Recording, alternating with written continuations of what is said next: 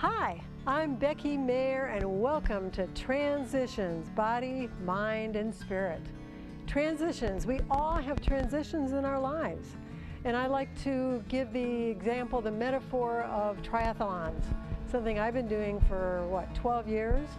And in a triathlon, first thing you do is you swim. Then you get to the transition area.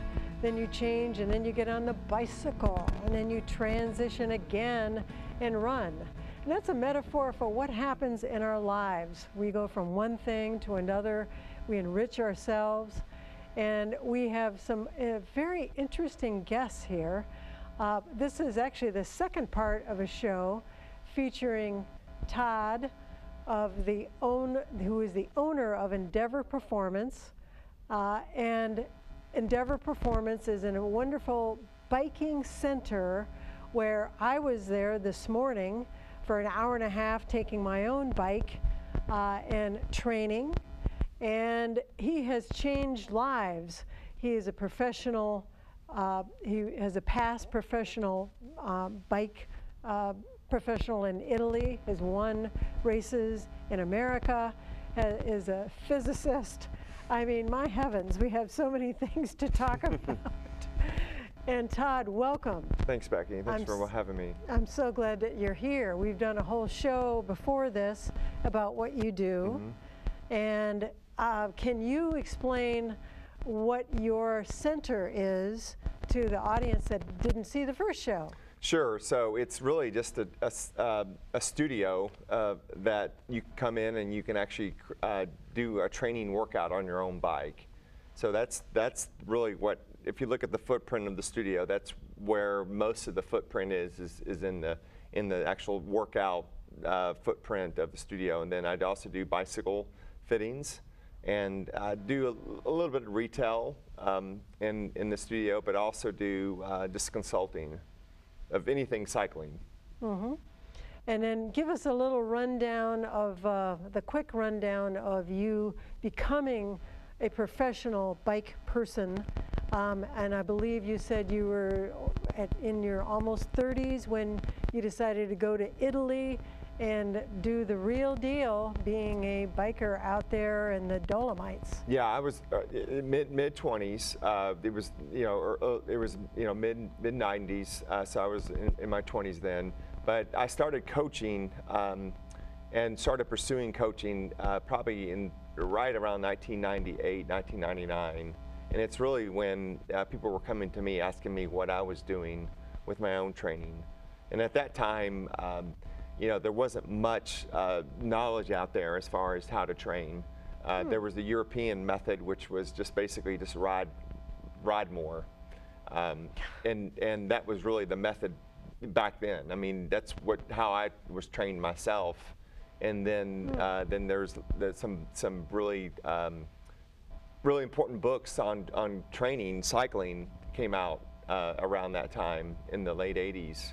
I mean, late 90s, that really changed just the landscape of how to train competitively, both in cycling standpoint and also triathlons. Are you a contemporary of Lance Armstrong, the same era? Yes, he's just a little bit younger than I am.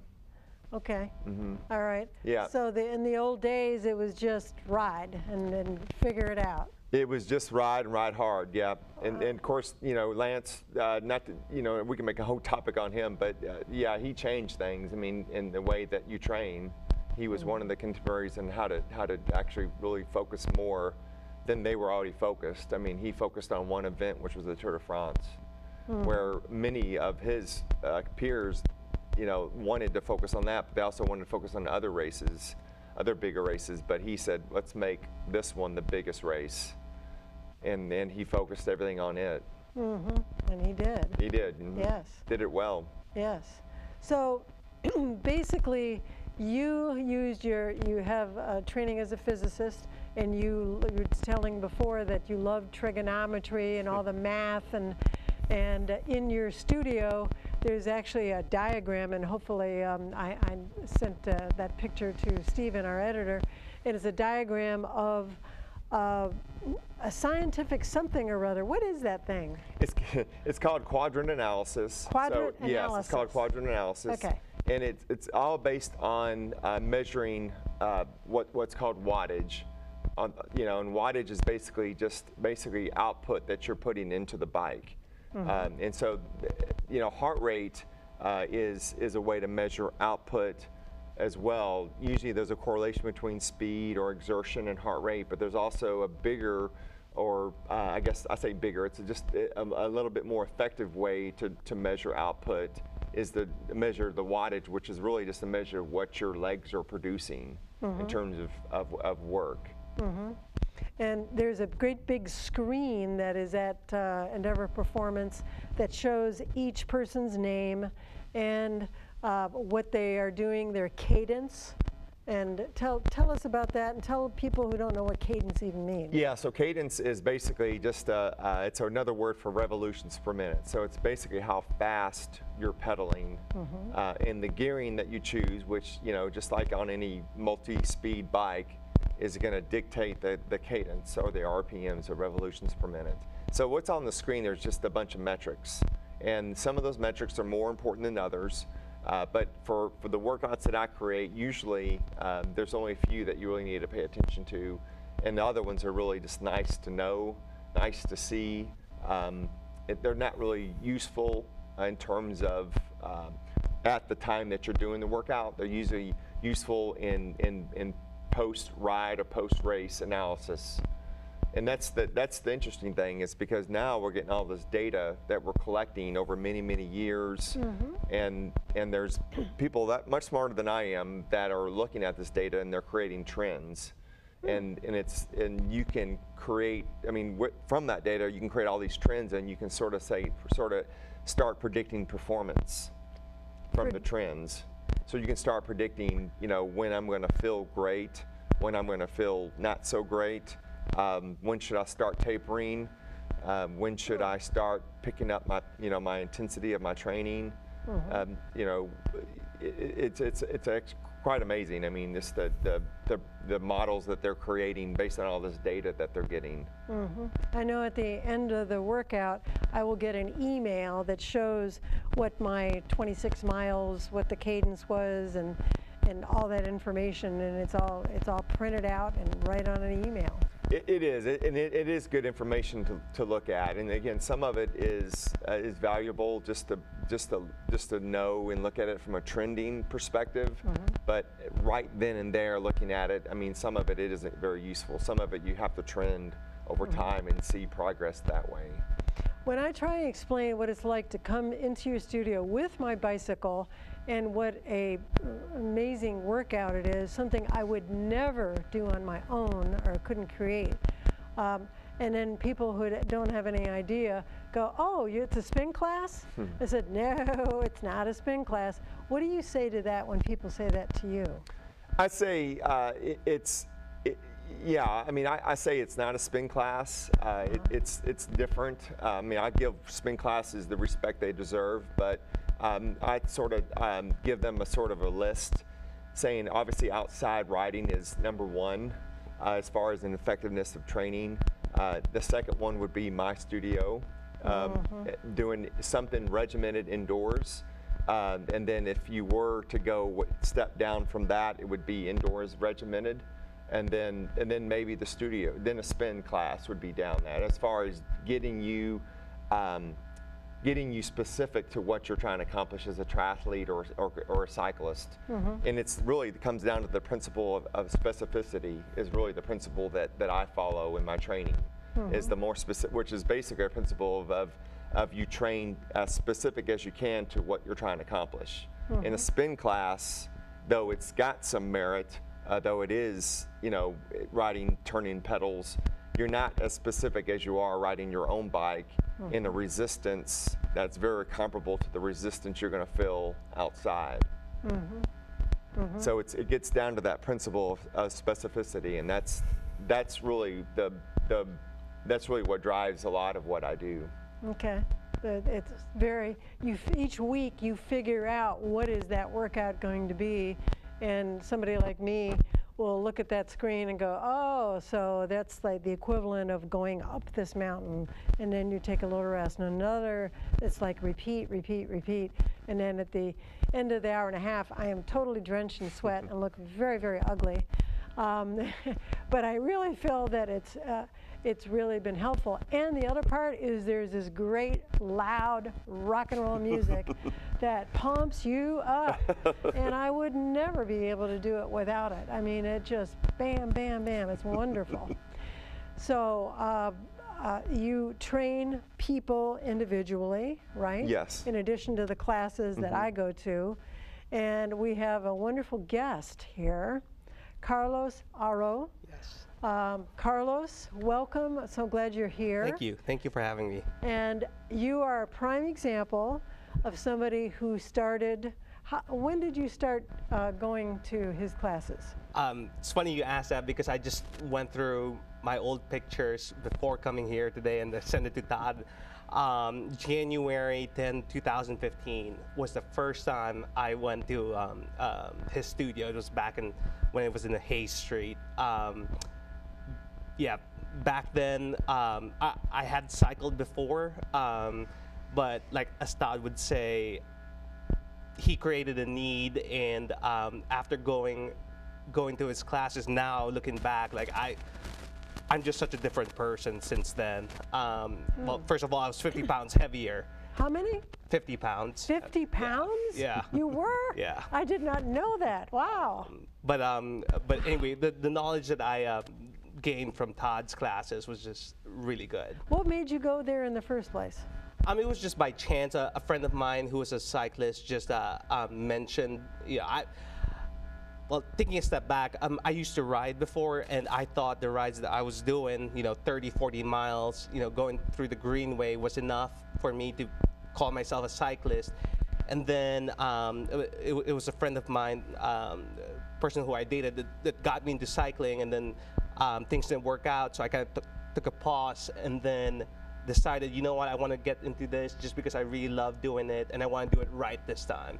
So this friend told me about Todd's studio, and that's how I found out about it. So the first time you were at Todd's studio, what did you think? I remember that like it was yesterday. I couldn't do more. It was one of the free tests, and I came in, and I couldn't do 5 minutes of just spinning. I just couldn't do it, and how did you feel about that? It was a humbling experience, that's for sure. But I knew that was the right path for me to take for what I wanted to achieve, which was I wanted to do a century, and it was in a century. Tell people what that means. It's a 100-mile ride, and I wanted to do it by. There was a ride and still going on in May of that year, and so. I knew that going to a studio, even with that painful first experience, was going to lead me to that goal. So you had a goal. Yes. Okay, you went the first time and you thought? It was painful. Painful? A lot of information thrown at me. And I knew from the start, too, after meeting Todd, he knew his stuff. He definitely knew the right things to tell me and to help me through to achieve my goal. So that's why I knew from day one I knew I wanted to continue with Todd. You also like the music. And the music. The heart, the rock and roll. Ah, the rock and roll. Right. Yeah. Okay. All right. And then did you find that bit by bit when you were doing that, pounds started to like drop off you, or? Yeah. The reason why I'm still in this sport is the motivation is not anymore to lose weight, and I think that's what's keeping me in this sport, is that I'm motivated by other things, and I'm motivated by the people that I meet. But to answer your question, yes, I mean the pounds fell off, but I right now I don't really care about that. Like that's not the reason why I'm in it. I'm in it because I love competing and I love being with my friends, training with them, training with you in class as well. So. So you branched out from just doing the bicycle, and now you are a triathlete, and you just did a half Ironman not very long ago. Yes, I did. Cycling was my first love. I never thought I would ever love running, but in fact, it was Todd's wife who introduced me to running. Todd's wife? Yes, okay. yes. The reason why I wanted to get into triathlons is in Todd's classes, there are a lot of triathletes there, and I just wanted to be part of the group. I wanted to be in and on all the jokes, and I didn't want to be left out. And that's the truth. And that's what got me into wanting to get into triathlons. And Todd's wife got me to like running, and I love running now. And then the swim part's a different story. That's my weakest part. But with good coaching, I was able to do that half Ironman. Okay, so how did you, just briefly, how did you get into the swimming part, the third part of triathlon? Sure. Again, I've swam with friends. Right now I train at, there are a few masters program, which is essentially just what it is a group of adult swimmers, and are being coached to either do triathlons or just to swim. I personally go to the Ensworth Masters. That's a beautiful pool. It is. And I personally really like the coach there. Her name is Coach Chris McPherson. So she really taught me how to swim. The way I put it to my friends is I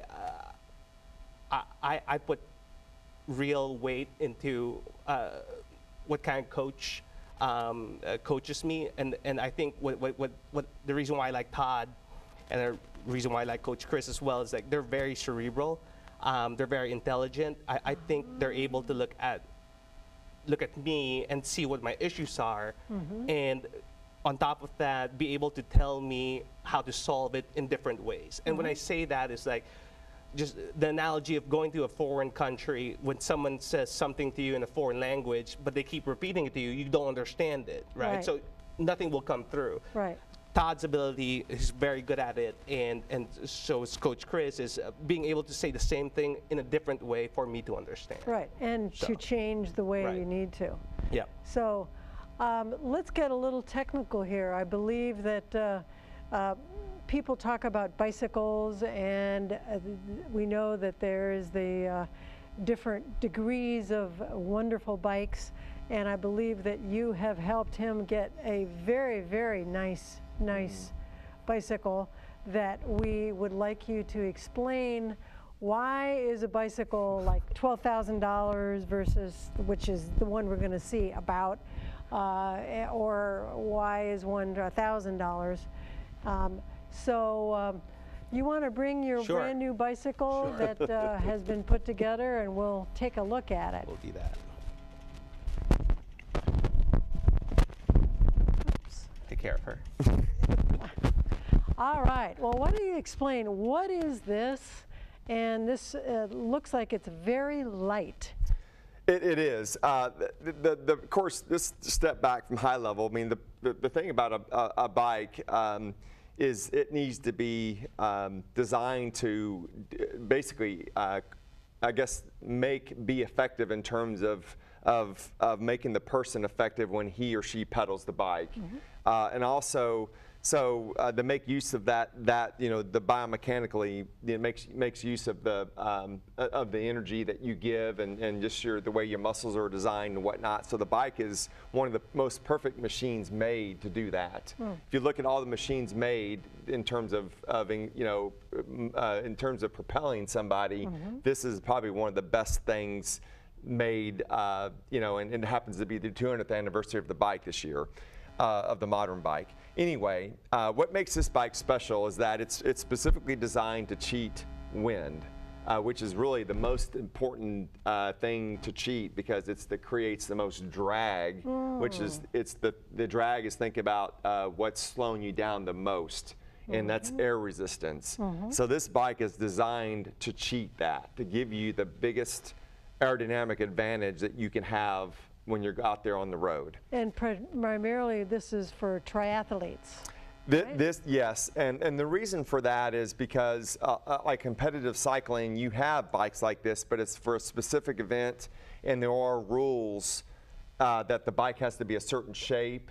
It has to be it has to fit in a certain way, where in a triathlon or triathlete's bike doesn't have to be that. It could be almost anything, you know, almost anything. There isn't as many rules. So that way you see a lot of creative shapes. On the bike frame, you see just a lot of things that you would not see otherwise. Well, tell us about these parts here. Okay. So, so this bike is unique because it has what's called aero bars, and aero bars allows you to, it puts you in a position to be more aero when you're riding the bike. Again, the whole concept, the whole mindset is how can we cheat the wind?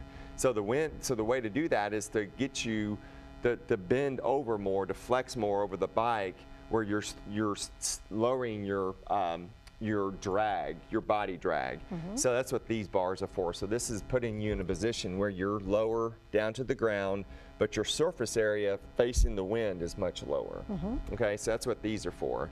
The other thing that's unique about this bike is it uses the latest technology in terms of shifting. Okay.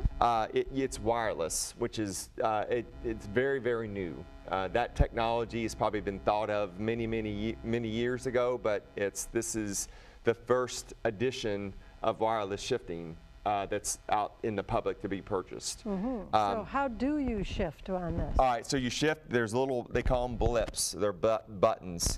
Okay. And if you press this button, it will shift the rear derailleur. Okay. If you shift both buttons, either up here or right here at the same time, you'll shift the front derailleur. Okay. Now notice that that there isn't, other than you see the wires right here, this little sensor, which is what it is, it's just a sensor that's telling the derailleurs when to shift. Okay, so you're pressing buttons here, and it's activating this little sensor. I call it a router. It's just a blip box, and it's telling the derailleurs when to shift. Okay. And so there's no wires to this to that. So you're just wirelessly synced up to that. So in the battery, so these obviously need batteries, the shift. So the battery is actually right here and right there. Okay, and That little battery, small it's thing. not helping you make it easier to, like, it's not like a No, motor. it's just causing the bike to shift like it would if it was connected to a wire. Okay. The other thing that's unique about this bike, and again, the whole concept is the cheat wind, is that if you see the brakes, this is the front brake, and this is the rear brake down here. So they're obscured from the wind. Where most bikes, you'll see the brake right here and in the front. So again, it's the whole mindset of thinking, how can we make this bike the fastest it can be? So that gets into the shape of the tubes, their Aero, and also the shape of the wheels. So the wheels are a certain shape. There's been a lot of fluid dynamics, computational fluid dynamics been done on the shape of the tubes and the shape of the wheels to improve aerodynamics. So you'll see a lot of these people use computers to design not just necessarily the geometry of it, but actually the shape of the tube. Which this is the tube, and this is what I call a tube, which it's really more of a fairing than the tube. Okay, and then what is this material? What is it Yeah. made out of? It's made out of carbon fiber. Okay. It's a material that you can form in any shape. You can create different densities, which different densities means that it could be lighter with less material. And so when you buy a bike like this one, Parley is the manufacturer. They use very high-end carbon, and their process in which they make these frames, the shape of the tubes, are very high-end. So you're usually paying a price for that. Okay. It's a lighter bike. It's stiffer. But the idea is that you're making it lighter, but you're paying for it. You're paying for less material. Unfortunately, that's how it works in cycling. The more expensive it is, the less it weighs. Okay. Okay. So the carbon is like the best of the best. I mean, is there anything even better than this? I mean, is this the gold standard? It's very debatable. It's a great question. The thing about carbon the thing that makes carbon really cool is it is light, but really the most important thing is you can make it any shape. So back in the day where it was just round tubes you rode, one manufacturer couldn't really distinguish his bike from another manufacturer other than changing the color because they're using the same tubes and it's the same shape. Here, someone can say, okay, well, my bike's better is because the shape is different than your bike. Not just the color, it's also the shape. My shape is faster than yours. So that's where it gets a lot into marketing, and that's why carbon is such a cool thing because you can make any shape. Okay, and what about that seat? Yeah, so Tell us about that seat. The seat, and there's holes in that seat. Yeah, so the seat, the idea of a saddle, which is called basically a contact point. You have really 3 contact points on the bike, and that's the saddle, the arm pads for this Aero bike, and even where your hands go. I guess you could say there's 4 points, and then obviously the pedals. So the saddle, you want the pressure on a saddle to be on your bones, the bony structure, and not on what we call a sphitter soft tissue. As you know, when you feel that pressure on your soft tissue, it's only going to be a matter of time before you thought, all right, I can't handle this anymore because the soft tissue is just it's gonna hurt. So you want the pressure to be on your bony structure, which for your pelvis, it's your ischiotubers, which go right here, and then also your pubis ramus, which is basically just your bottom of your pelvis. Yep. So this is shaped to support that. All right. Okay. And then Carlos, do you feel that this is your dream bike? Yeah, it is. And I think the reason for that is that with Todd's help, he built this, by the way. We got what I would say is the best of each specific part that I could afford. Right. So to me, this is my dream bike. I mean, I won't be replacing this for a while, that's for sure. So, I see. Yeah. Okay. Yeah. Well, it sounds like we really have some amazing transitions as far as you change your life, you change your body, and you're changing your skill level with a wonderful bike like this. And then Todd designed it specifically for you and for your behind, right? And that's a great transition right there. Right.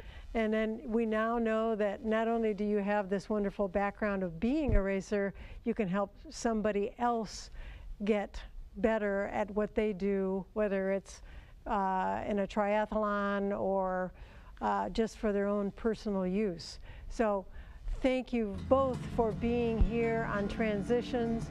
We learned a lot. We're inspired. Thank you, Transitions, Body, Mind, Spirit.